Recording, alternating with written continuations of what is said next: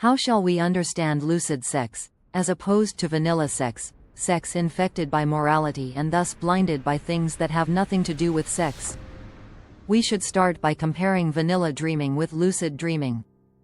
In normal dreaming, your conscious mind passively watches and experiences content served up by your unconscious mind. In lucid dreaming, you realize you are dreaming and you can then actively direct your unconscious mind to serve up the content you desire. Your unconscious, which was previously the master, dictating to your passive consciousness, becomes passive and the servant of your active consciousness, which is now the master. It's role reversal time. With sex, the equivalent of ordinary dreaming is vanilla sex. With vanilla sex you allow religion, or spirituality, or politics, or ideology, or social conventions, none of which has anything to do with sex, to determine your sex life. Your sex life is therefore passive, boring, inauthentic, conducted in bad faith. You are not having sex, you are having what you believe society deems acceptable sex. You are avoiding the power of real sex. You are not directing your sex life. It is directing you, via something non-sexual, morality, herd convention. To have the sexual equivalent of lucid dreaming, lucid sex, you have to free sex of all cultural baggage, everything added by society to sex to change it from sex into its approved simulacrum of sex. You need to get down and dirty. You need to reach the level of raw sex, sex as primal. This sex breaks down all barriers. This sex involves your true instincts rather than the pseudo-instincts imposed on you by society. But this is only the starting point. Raw, unfiltered, instinctual sex has incredible power. It's such a release from conventional, vanilla sex. Yet it's only stripped back, pure sex. Sex becomes supercharged, fully lucid, when it is explicitly about subverting vanilla sex. It achieves this through transgression, through smashing every taboo. Think about lucid sex in relation to the haunting tale of Dr. Jekyll and Mr. Hyde. Was Dr. Jekyll a lucid man? Dr. Jekyll had a problem. He was aware of something highly distasteful within himself. He wrote, with every day, and from both sides of my intelligence, the moral and the intellectual, I thus drew steadily nearer to that truth, by whose partial discovery I have been doomed to such a dreadful shipwreck. That man is not truly one, but truly two. I say two, because the state of my own knowledge does not pass beyond that point. Others will follow. Others will outstrip me on the same lines, and I hazard the guess that man will be ultimately known for a mere polity of multifarious, incongruous and independent denizens. I, for my part, from the nature of my life, advanced infallibly in one direction and in one direction only.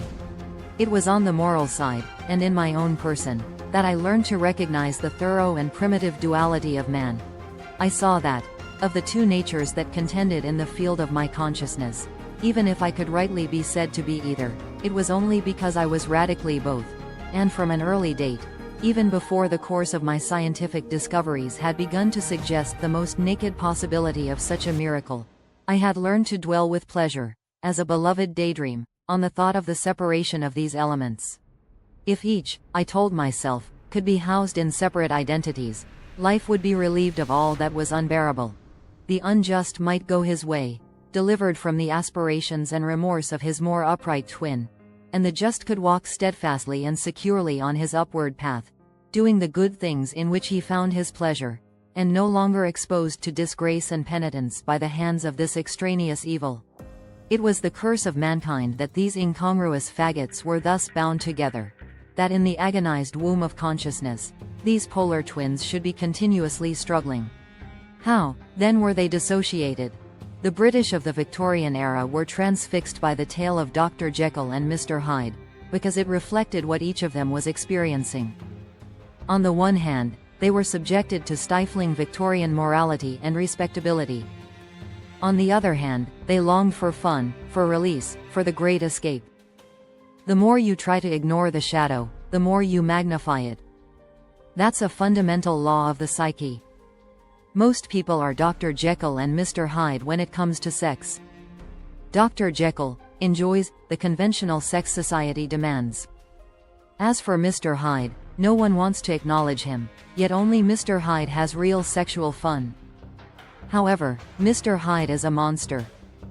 Even so, Dr. Jekyll needs to access his Mr. Hyde. We all do. Yet we can't.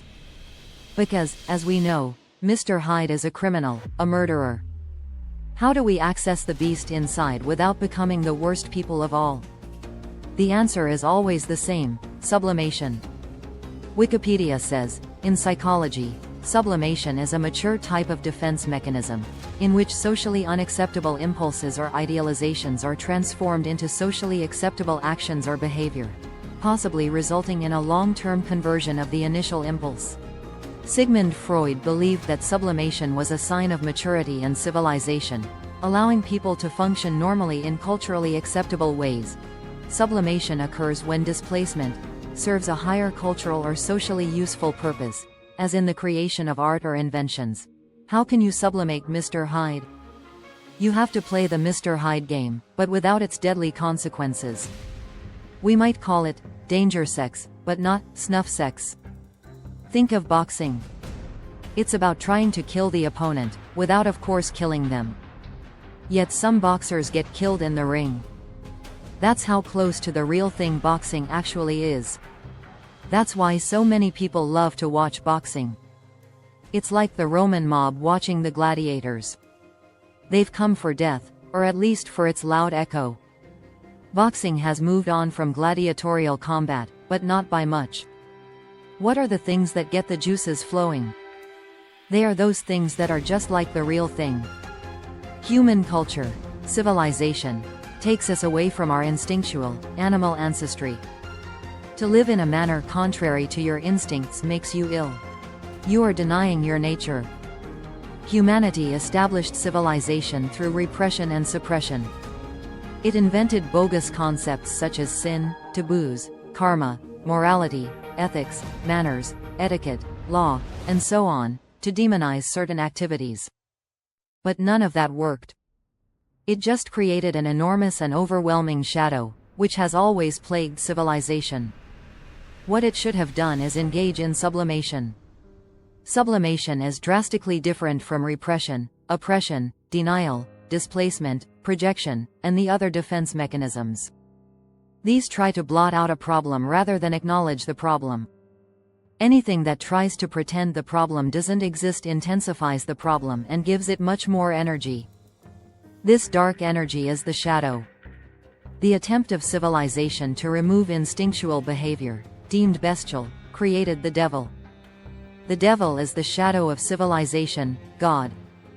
The more religious that people become on the surface, the more they are of the devil underneath. History has proved that conclusively. To avoid creating the devil and casting the devil, civilization has to act in a wholly different way from that proposed by religion and spirituality, morality and ethics, law and order. It has to sublimate the instinctual mode rather than suppress, demonize, or try to eliminate it.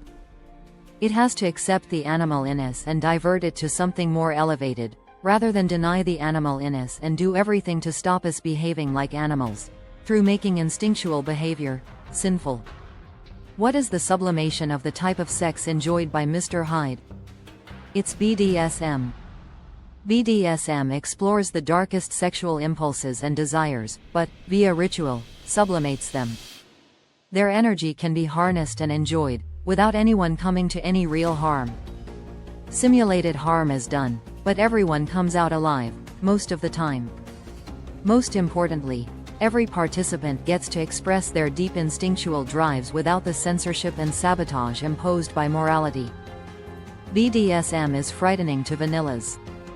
Woke, moralizing feminists, part of the insidious, pious and pompous priestly caste of sermonizers, hate sex, hate women who love sex, and hate women who love being paid for having sex. Feminists hate sex workers. They always portray them as powerless victims, as prey being abused, as pathetic playthings of the patriarchy, and so on. The idea that they can actually be empowered women who love sex and can make a lucrative living from doing what they love is grotesque to feminists.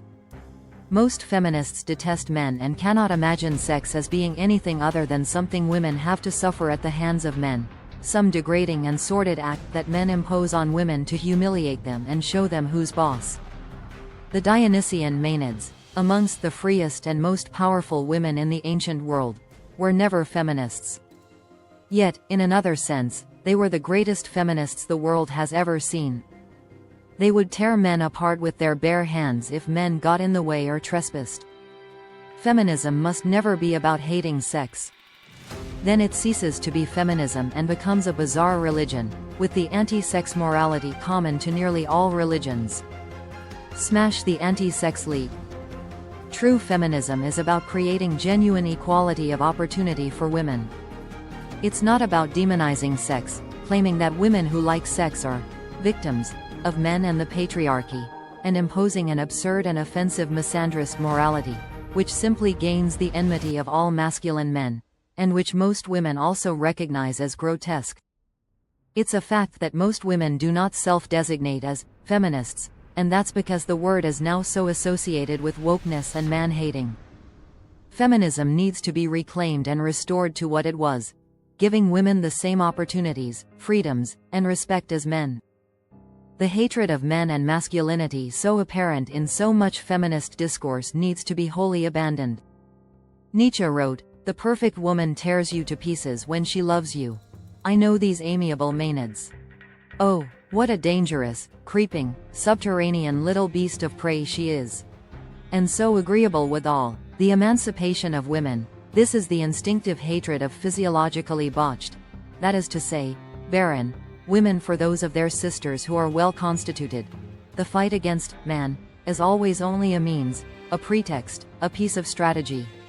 By trying to rise to woman per se, to higher woman, to the ideal woman, all they wish to do is to lower the general level of women's rank. And there are no more certain means to this end than university education, trousers, and the rights of voting cattle. Truth to tell, the emancipated are the anarchists in the eternally feminine world, the physiological mishaps, the most deep-rooted instinct of whom is revenge. A whole species of the most malicious idealism, which, by the by, also manifests itself in men, in Henrik Ibsen for instance, that typical old maid, whose object is to poison the clean conscience, the natural spirit, of sexual love. And in order to leave no doubt in your minds in regard to my opinion, which, on this matter, is as honest as it is severe, I will reveal to you one more clause out of my moral code against vice. With the word vice, I combat every kind of opposition to nature. The clause reads, "Preaching of chastity is a public incitement to unnatural practices. All depreciation of the sexual life, all the sullying of it by means of the concept, impure, is the essential crime against life. An educated woman should be a sexual woman, not a misandrist." Of course, it's not university per se that corrupts women, it's the extreme liberalism and wokeness they are taught at university by the mandarins, who also hate sex. Universities are prudish, censorious places where every type of anti-instinctual sermon is preached. The castrates, the mandarins that live in the high towers of academe, are anemic, desiccated individuals who would never dare bring Dionysus into their monastic cloisters. Universities are some of the weirdest places on earth, run by totally weird people. Actually, it's not the weirdness that's the problem, it's the wrong kind of weirdness that's the issue, moralistic weirdness. Imagine Dionysian universities rather than Mandarin universities. That's what the world needs. We need to kick out all the midwits and halfwits from the universities. Yevgeny Zamyatin said, "True literature can exist only where it is created, not by diligent and trustworthy functionaries, but by madmen, hermits, heretics, dreamers, rebels, and skeptics." The same considerations apply to universities. True universities can exist only where they are run by madmen, hermits, heretics, dreamers, rebels, and skeptics, and not by diligent and trustworthy functionaries, careerists and mandarins. With lucid sex, humanity itself can be transformed. It can learn much more about itself. It can reach deep into its shadow. It can end the alienation between instinct and culture. The priest caste invented sin to control instinct. They should have invented sublimation to allow instincts to be expressed, but in more civilized ways. The Romans didn't quite get the hang of sublimation. The gladiatorial arena was a sublimation of the battlefield, but it still involved death. The medieval knights came up with a better solution with their jousting, but that caused too many injuries and even deaths. Modern sport was the solution to the sublimation of war. It released the same instincts but without the piles of corpses. Sex didn't get sublimated. Sex is everywhere, but it's always vanilla. Sex is a primary commodity of predatory capitalism and consumerism. It's used to sell everything. Every female pop star is a sex doll. Instagram is full of wannabe sex dolls. The stripper look is in season, again. Who doesn't look like a stripper these days? Yet how many people are having good sex lives? A sexually fulfilled world wouldn't be this world. This is a sexually frustrated world. People don't know how to get the sex they want. They don't know how to ask for it. They're not even sure of what they want.